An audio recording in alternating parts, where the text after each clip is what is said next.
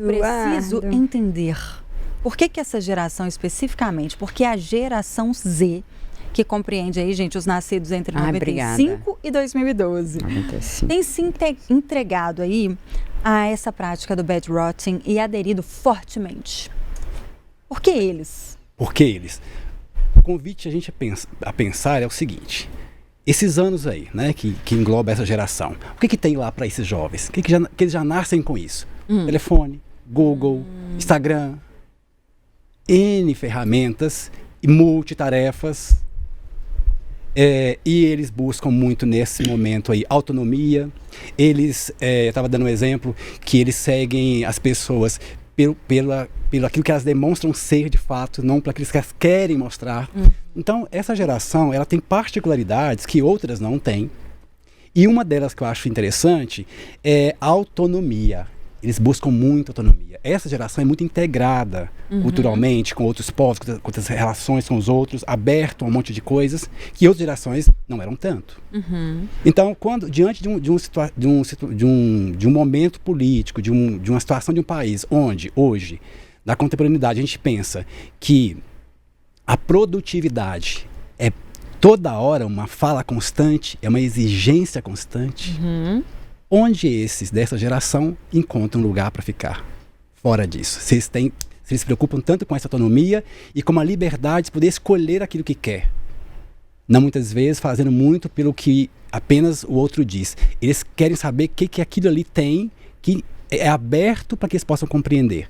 Não aquela coisa para mostrar apenas. Então, essa geração, com essas características e outras, ela acaba precisando de criar algum artifício, alguma maneira, eu vou chamar algum jeito, de ter autonomia sobre esse lugar. Então, quando eles propõem algo assim, eles estão colocando assim: olha, eu posso parar quando eu quiser, eu tenho autonomia para isso. Porque essa geração também se preocupa muito com a saúde mental, diferente de muitas outras. A gente fala nova, sobre isso. Gente, mas vou falar, então, Deus é bom, viu, para mim, porque se eu tivesse um filho que quisesse ter autonomia deitado na cama 24 horas, eu ia falar: filhão, você vai levantar daí, vai trabalhar. Entendeu? Porque a autonomia que é essa, que é ficar dentro da casa, do quarto do papai, da casa do papai, da mamãe, 24 horas na cama, sem fazer nada. Eles estão pensando diante de um discurso fora, né, social. Então, esse momento que eles criam é uma forma de lidar com isso. Eu penso essa forma, esse jeito, onde a cama vira um refúgio em que esses se afastam da realidade e se esconde na fantasia. Nesse momento também eles negam as possibilidades de vínculos, de encontros com o outro, e as regras de encontro com o outro, muitas vezes com isso aumentando ainda mais a sua angústia, e em alguns casos mais extremos acabam ativando aí mecanismos de autodestruição. Então, se pensarmos, olha, descansar fim de semana, depois de um dia corrido ou de uma semana corrida, nós estamos pensando em uma coisa pontual. Mas o que se propõe, pelo que a gente vê nas redes sociais, pelo que eu pude ver, é uma coisa meio até com técnica para fazer. Pois eu fiquei impressionada. Eu não, na minha breve pesquisa aqui, eu não vi que tinha regras. Tem regras? Como? Você não pode ser produtivo. Você tem que assistir televisão, pedir iFood não, gente. Falei iFood, agora já era. Então patrocina a gente. Manda o bolos da Fofice. Assistir filme por streaming, serviço de streaming. Isso pode. Pode. Você tem que ficar desconectado do mundo, mas conectado de outra forma. Você não pode ver notícia. É isso. Você não pode trabalhar, você não pode contribuir com nada. Tô brincando. Mas você pode comer, pode tomar banho. Pode. Também pode. Pode. Deve, né? Deve. Porque também tem uma questão. Inclusive, é curioso pensar que a geração Z, eu estava pesquisando isso, porque você falou uma coisa, Mariela, que faz muito sentido. Ela é frequentemente associada à geração canguru. Os jovens que, mesmo adultos, independentes financeiramente, continuam a viver com os geração pais. Preguiçosa. Ai, Deus, pronto. Vai ser cancelada. Tem uma relação? Sim, mas toda geração ela tem pontos positivos e pontos negativos, né? Essa geração tem muitos pontos positivos. como outras também terá pontos negativos. Né? Este vamos chamar de pontos negativos. Eu tenho dificuldade de pensar esse tema como algo ligado ao autocuidado. Eu acho muito mais um escapismo, um romantismo, uma romantização do escapismo, do que algo ligado a um autocuidado. Você explica pra gente escapismo, esse termo? Quando eu falei agora há pouco eu usei um termo sobre se afastar da realidade e se esconder na fantasia, realidade aqui é algo do concreto, do real, do encontro com o outro, do afeto, da relação. Quando ele se afasta desse real, desse lugar de convívio, de interação, ele pode ir no caminho da fantasia. Essa fantasia que eu estou dizendo poderia ser esse escapismo. Vai por uma linha para escapar de alguma coisa que não quer lidar, ou que tem dificuldade de lidar. O peso do dia a dia, as cobranças internas, sociais, o trabalho.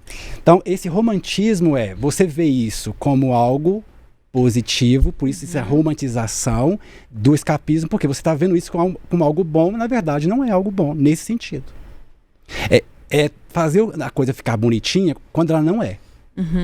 Esse escapismo do que eu estou falando não é. Por isso eu tenho que romantizar. Coloca ele bonitinho, mas não é. Por trás dele tem um monstro. Tem tempo pra você ficar nesse negócio? Como é que é? Pra virar bad routine aí tem que ser 60 horas? Mas existe ou 24 horas já é? Eu acho que é um comportamento constante, Marie. Porque é como o doutor falou aqui. Constante assim, todo final de semana? Todo dia. É a pessoa que, na verdade, acho que encontra no quarto mesmo essa... Mas isso pra mim chama depressão. Aí que tá. Assim, o nome, na minha geração, que deve ser geração A, porque eu sou velha demais e ela sou do século passado, então eu nem sei qual que é X, eu acho que eu sou. Eu conheci várias pessoas, eu inclusive já tive situações que eu não queria levantar da cama, mas nem por reza brava, e assim, mas não era pra levantar nem pra tomar banho, entendeu? Eu tava mal, tava ruim. Mas tem uma questão mas é diferente também. Não sei, é isso que eu tô querendo saber. É só mais um nome, que é uma pergunta que eu queria fazer pro Eduardo, a gente tava conversando aqui antes, que eu acho que a gente tá numa fase da cultura em geral, que a gente tá nomeando muitas coisas, né? Ou renomeando. Né? Então, assim, eu acho que é importante pra gente se entender como grupo, né? Então, as letrinhas do LGBTQIA, que o povo fala, pra que esse tanto de letrinha? Eu falo, gente, porque existem diversidades, as pessoas querem, né, encontrar seus pares, querem entender o que tá se passando com ela, pra não se sentir tão diferente. Então, na hora que você nomeia uma coisa, você fala, tenho isso. Mas eu acho pertence a um grupo. Exato, é uma coisa de pertencimento. Mas eu acho que, né, nesses casos, quando é coisa boa, bom, mas num caso, esse aqui pra mim é depressão. É você ficar em depressão na cama. Eu não acho. Não? Eu discordo. Então me explica. Engraçado, assim, eu acho que tudo tem dois lados, assim. Por exemplo, eu lembro quando eu sou dos anos quase 90, né? E na época, né, começou a surgir como rede social o Orkut, né? Não sei se vocês eram nascidos, mas existia. Amei o Orkut. Né? E tinha comunidades que, na verdade, era a forma da gente se encaixar nos grupinhos, hoje em dia. Aquelas comunidades, e tinha uma das mais frequentadas, digamos assim, que era o Meu Quarto, Minha Vida. Olha, gente. Exatamente. Nem existia Minha Casa. Ou existia e era uma apropriação do nome. O que isso significa? Significava que naquela geração ali, naquele momento onde a gente era jovem, adolescente, ingressando ali na vida adulta e tudo mais, ainda não tinha saído ali da casa dos pais ou dos tutores, então a gente transformava ali o nosso quarto em um ambiente muito agradável, propício para a gente poder se sentir à vontade, para a gente se sentir refugiado ali sobre qualquer coisa. Isso não significava que a gente era depressivo, pelo menos não pra mim. Não, também né? não. Assim, Era um lugar que a gente podia meio ser livre, né? É nosso mundinho, assim. Exato, tipo, exato. É como se a gente criasse um apartamentinho ali dentro do... casa. E tinha também, ia até muito pra aquele lado, assim, de querer decorar, sabe? Do jeito que a gente queria, de querer colocar... Eu lembro que era assim, meio mundo da ilusão, né? Eu tinha cabelo curto, eu punha meia na cabeça, meia calça, e ficava assim com o cabelo. Colocando esse lugar. Você tava ali preso cabelo. Eu lembro que assim, que teve uma época que eu dentro do meu quarto, eu ia construindo, eu fiz também um cantinho ali que eu colocava água e uns docinhos, como se fosse, tipo assim, na minha cabeça, a recepção do meu apartamento, sabe? Então, assim, eu fiquei lembrando muito disso, que era um lugar que a gente, né, era um escapismo no sentido assim, aqui é meu lugarzinho, é como que eu estivesse construindo aqui. Mas a gente estava sendo produtivo. Isso aí, né, a Lorena estava falando aqui de decorar, isso é uma produção. É uma produção, é de arrumar. E assim, e realmente, eu não queria sair do meu quarto pra nada. Por quê? Porque eu tinha tudo que eu precisava. E aí eu acho que assim, nesse momento, o que mudou também, você falou muito de renomear, assim, que eu acho que realmente tem dois lados, que um é o lado mesmo que eu acho que essa geração agora, e até os cansados como eu, a gente tá meio de saco cheio de socializar um pouco, sabe? Isso aí pode morar o risco, o perigo de se refugiar a ponto assim, não quer interagir mais, não quer ter mais contato social, e talvez isso pode proporcionar ali pode ser sinal, sim, de alguma coisa médica, né? No sentido mental.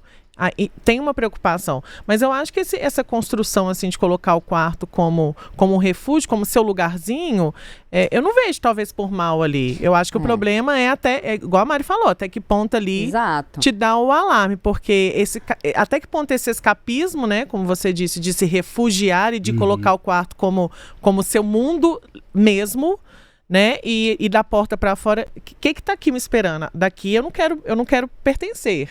Daqui, da portinha do meu quarto, eu tenho medo. Ou eu não quero fazer. E às vezes o quarto não tem banheiro. E aí, nossa, eu vou ter que sair. Tem irmão, tem mãe, tem pai, tomar banho, falazada. E aí, que ponto é que a gente está colocando? Porque eu sinto que a gente está cada vez uma sociedade que a gente está ficando mais na nossa. Você né? consegue só explicar pra gente o que? Porque até agora eu tô achando assim, na minha cabeça, esse bed routine é a pessoa o dia inteiro em cima da cama. É isso. Tá? Então, assim, não é que você não vai ler não pode ler um livro, não pode fazer nada, porque isso é produzir, né? Sim. Se eu tô lendo um livro, eu tô produzindo. Ela adia as tarefas, os encontros, que eu acho que é diferente. Isso que a Lorena tava falando agora, eu tinha muito isso também, de falar, eu vou pro meu quarto, e tinha a história, quando queria me irritar, não fecha a porta, porque a gente não podia ficar tão dentro do quarto, recluso. Assim, tinha que deixar meio a porta aberta, mas a gente gostava. Eu, né, ia pra amigo, ia pra casa, minhas amigas, a gente ia pra dentro do quarto, aí pintava o cabelo.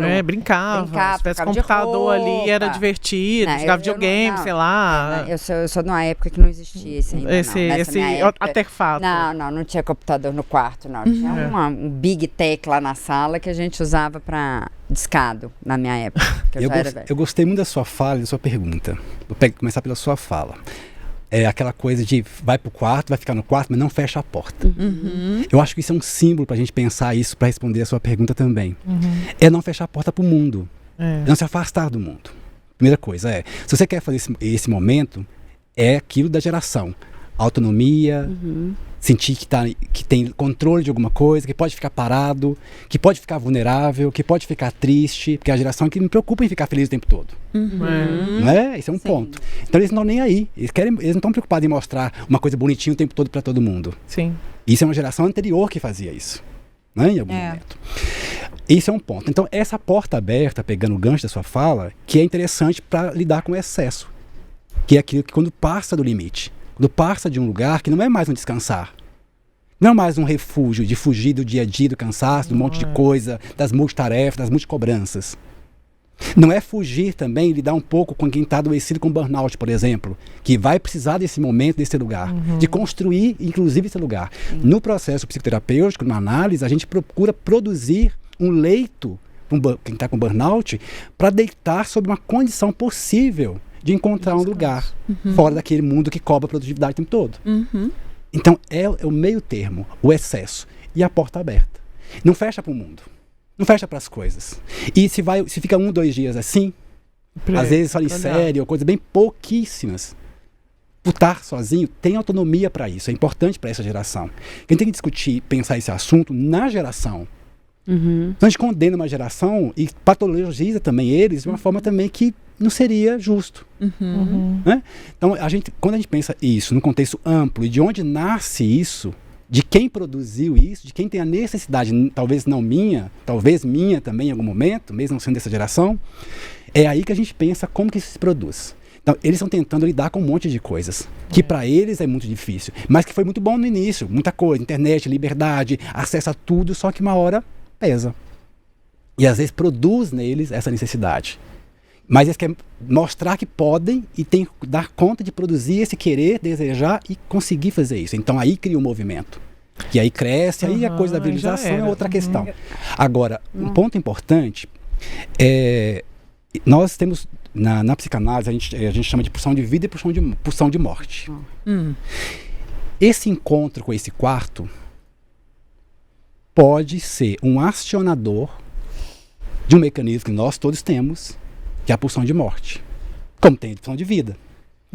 E às vezes para algumas pessoas, já em algumas condições clínicas, que a gente não sabe dizer exatamente, encontra uma certa facilidade ou uma certa identificação com esse lugar mais isolado e se apega a isso, transforma isso no lugar de um colchão para um conforto mal trabalhado, um colchão ruim. E aí sim a gente está falando de adoecimento. Então eu acho que o ponto é a porta aberta e o ponto é o excesso. Onde que mora o perigo? O perigo mora no quarto.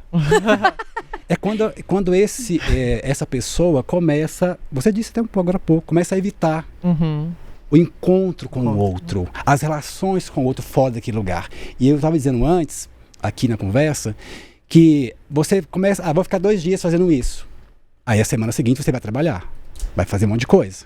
Sim. Só que você está naquela semana, no meio da semana, pensando de novo em ficar naquele lugar.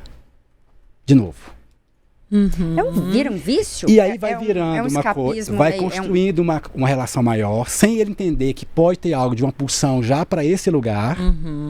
E aí daí um tempo, o que era prazeroso, um alívio imediato, um colchão confortável, vira um transtorno, vira uma ansiedade generalizada, vira uma angústia profunda e às vezes a melancolia, ou como é chamado hoje, uma depressão grave.